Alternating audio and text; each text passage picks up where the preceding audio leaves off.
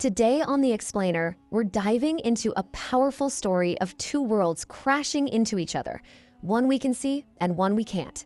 It's a cosmic mystery that kicks off with absolute panic in the heavens and ends with a single, desperate prayer on earth that, well, it changes everything. Okay, so let's start with this question, right? Imagine you have this secret passage. You've used it for centuries to get inside information, and then one day, boom, it's just sealed off by walls of fire. What could possibly cause that? So for literally centuries, these powerful unseen beings, the Jinn, had this special kind of access to the cosmos. They would fly up to the heavens and basically listen in on conversations between angels to get the inside scoop on the future. And then, just like that, everything changed, literally overnight. Their whole routine was just violently shattered. Now, anytime they tried to go up, bam, they were chased down by fiery meteors. Their access was completely cut off, the heavens were sealed shut. So you can imagine the chaos, right? Total panic. They rushed to their ancient and very powerful leader, Iblis, and they're demanding answers, like what is going on? Nothing like this had ever happened in their entire history. And Iblis, he knew this was no accident. He knew a change this big had to be caused by something monumental happening down on Earth. So he gives the command, go, search every single corner of the world and find out what it is. The greatest search in their history had just begun. Okay, so while all this is happening, this massive, unseen search party is scouring the entire globe for a cosmic answer. Back on Earth, a totally different story is unfolding, a very, very human one. And the man at the absolute center of all this, the Prophet Muhammad, he had no idea. He's completely unaware of the turmoil up in the heavens. He's just trying to get through the most painful, most isolating time of his entire life. This time is actually known as the Year of Sorrow for a reason.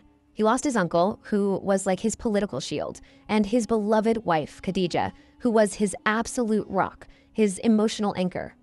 Both of them in the same year. And without their protection, the cruelty from his own people in Mecca just got worse and worse.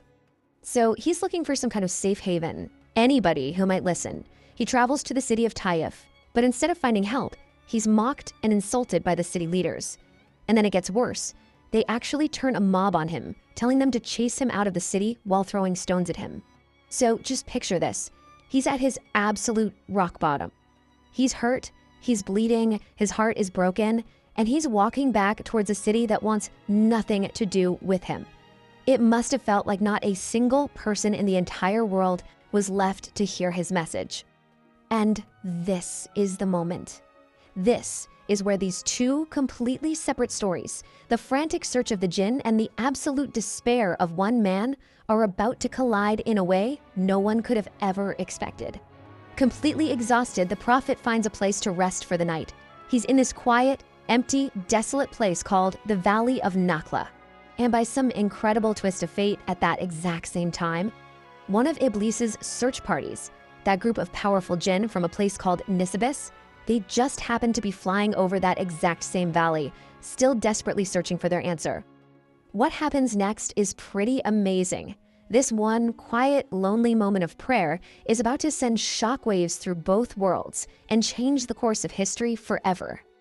So in that deep, pre-dawn silence of the desert, the Prophet stands up to pray the Fajr prayer, and all alone, he starts to recite the verses of the Quran. So you've got this legion of Jinn flying overhead, and suddenly they hear this sound, a recitation so magnetic, so majestic, so utterly pure, it literally stops them dead in their tracks, midair. And just like that, it all clicked. This wasn't magic, it wasn't poetry, this was powerful, divine truth. This was it. The recitation from this one man in the desert, this was the reason the heavens were sealed. They had found their answer. I mean, just pause and think about that.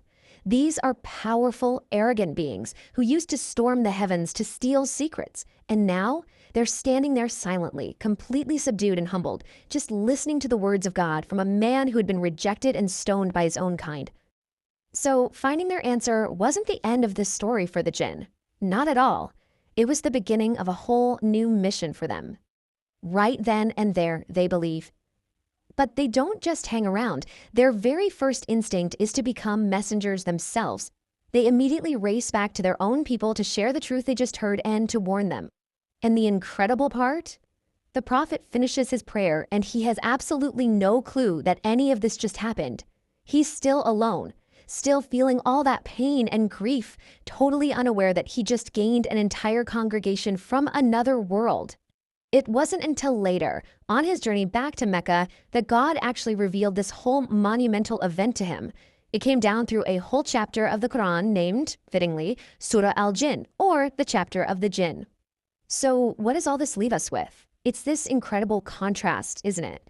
The very moment he was so brutally rejected by the human world, he was completely and wholeheartedly embraced by the unseen world.